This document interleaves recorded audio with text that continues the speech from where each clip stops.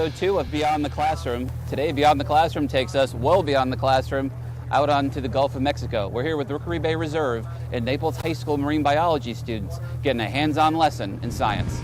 Turbidity means how clear or how cloudy the water is. If the water's moving very quickly, it has a lot of energy. So is it going to be able to transport a lot of sediments? Probably. So fast water, fast-moving water tends to be, in an estuary, can be more turbid than slow-moving water. On windy days, the dissolved oxygen is typically increased because every time you have a little wave, it's splashing oxygen into the water when it crests. And we'll talk about why this area can be so turbid. We're learning particularly about salinity, water quality, because we're in an estuary, so the dissolved oxygen will be different, the salinity will be different, and it relates to, what we have to know for our exam and what we're learning in class at the moment. This is called the Tickle Chain. This is what drags across the bottom and scares the critters up off the bottom into the mouth of the net. What's the freshwater source? Rookery. Henderson Creek. What's the saltwater source? Gulf of Mexico. Beautiful, Gulf of Mexico. So go ahead and set the doors in. Okay. Then come take a couple of steps towards me. Go ahead and let a little bit more line out on this side. Go hand over hand, just like this. Hold tight here for a second. Those are hydrometers that are used to measure salinity. These are most often used by hobby aquarists. And so you fill this up with water, and then you want to ting it a little bit to get the bubbles out of it. But basically the salinity, the density of the water is going to cause this white thing to float up. And it'll give you a reading in parts per thousand and also specific gravity on the side. So what we need to do is get a bucket chain going straight off the back of the boat, and then we'll need to fill up each one of these bins halfway, so we'll just get a bucket chain going. What makes today special? Having kids together out of the classroom in their element, which is our backyard. And what we're going to do now is just pull forward, wash everything down towards the end of the net, wash the mud out of the net. And if we've got any stingrays in there, this is a good way to make them really angry before we bring them on board. Because when they're angry in the net, they get their barbs stuck in the net, and they're easier to remove. It's nice outside, and to have the students outside, it's definitely an opportunity we like to take advantage of, to be in the fresh air. We've got a huge stingray in here, guys, and it's having a really hard day. So I'm going to be picking it up really quickly, showing you, and then getting it back in the water. Heads up, heads up. This is a big southern stingray. This is a fish that doesn't have a bony skeleton. Every high school has the ability to do these kinds of field trips. Not every high school is offering ACE Marine Science, and not every high school is offering ACE Marine Science at the A level. In a 5-minute trawl, we caught an amazing variety and number of critters. Here's one for us. Oh, look at that. What are you guys looking forward to? Learning more about the wildlife that we live in here in Southwest Florida. Oh, look, there's a crab. Well, hands-on's a lot better because you actually get to kind of feel the textures and the smells as well as what you see in a book. So it's a lot better and a lot different. We got a few different varieties. This is not a dead horseshoe crab.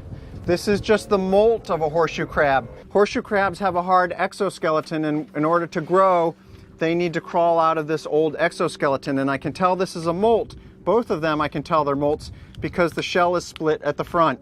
I think hands-on learning is definitely a big part of it. Obviously, you can relate that to reading out of a textbook, but I think a lot of times people learn by example. On both boats, we have 9-arm sea stars.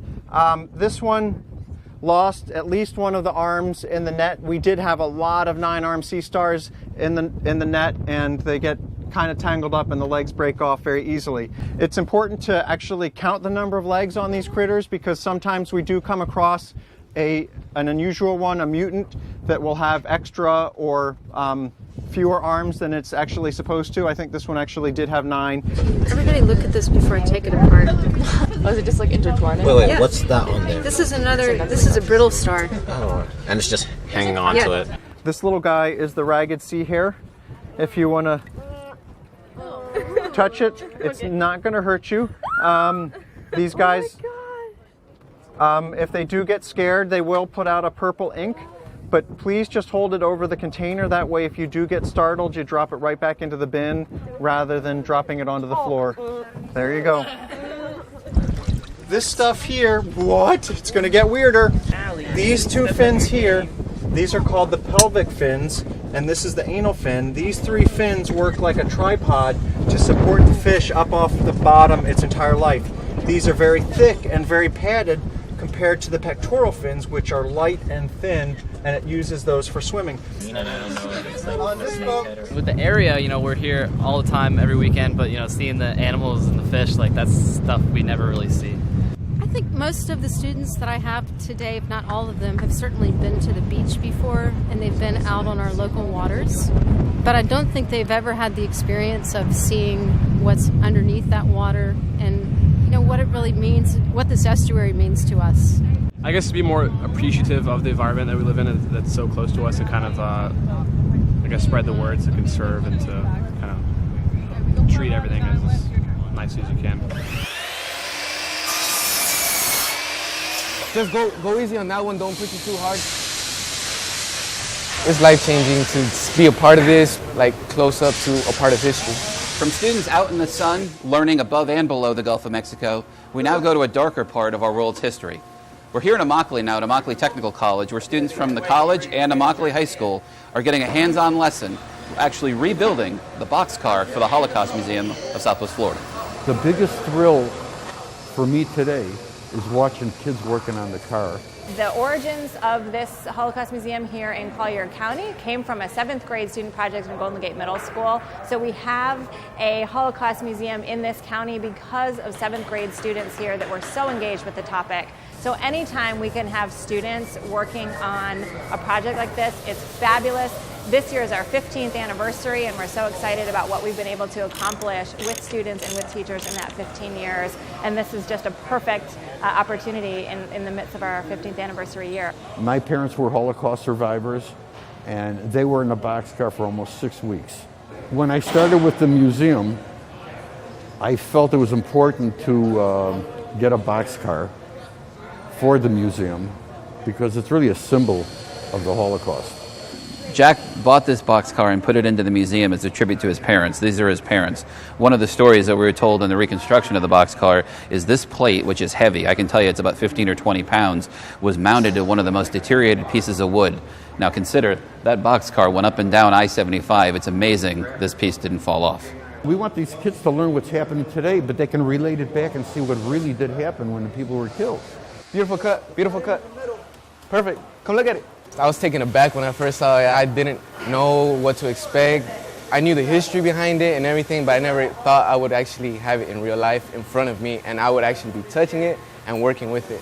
The boxcar was manufactured in 1919, but there are pieces on here that you can see are documented even earlier. This axle is from 1913. You can come into a class like this and you can, build birdhouses, build dog houses, but every now and again your phone rings and somebody says, do you want to work on a piece of history? We had worked with some local companies in Naples before, but we didn't have the original budget, so we needed to do this on a smaller budget. And because the museum is an outgrowth of a student project, we thought, wouldn't it be great if we could have students working on this newest venture? It's about 124 3/4.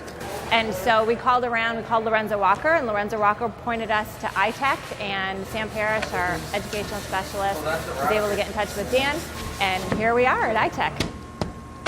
Rehabilitating a boxcar is a lot more than just replacing boards. You have to collect all the original pieces, and there's a lot of them. Take these doors. These are original boards, original hardware. Here, hundreds of nuts and bolts that had to be saved. You can tell they're old. Some cases, when they break, they actually have to replace them. It's incredible. It's been really fun to come out and watch the students do the work and have them really feel like they're part of this history. They are making a difference in helping to make sure that this history is not forgotten. It's a once-in-a-lifetime experience. Not everybody gets the experience, and it's a true blessing. My family's migrants, so we move around a lot, we experience a lot of things, but this is just something you don't get everywhere. It's going to be at FSW when we're finished with this, and I'm actually a dual enrollment student, so I will be at FSW too when this is there. 15 years from now, people are going to see this all over, and these students know that this is going to be traveling around, and it's a representation of something that, hopefully no one ever forgets. There are plenty of ways to teach students hand-on learning. They can learn how to use a hammer, a triangle, or a drill in any shape or form. But a project like this obviously is something much more life-changing. It's opening doors to the past, it's opening doors to their students' future, and giving them memories and experiences they'll never forget. For Dave Deline, our entire communications staff, I'm Greg Turketta. Thank you for joining us on this episode of Beyond the Classroom. We'd like to send a special thanks to iTech, Rookery Bay, and the Southwest Florida Holocaust Museum for helping us with this project. We'll see you next time.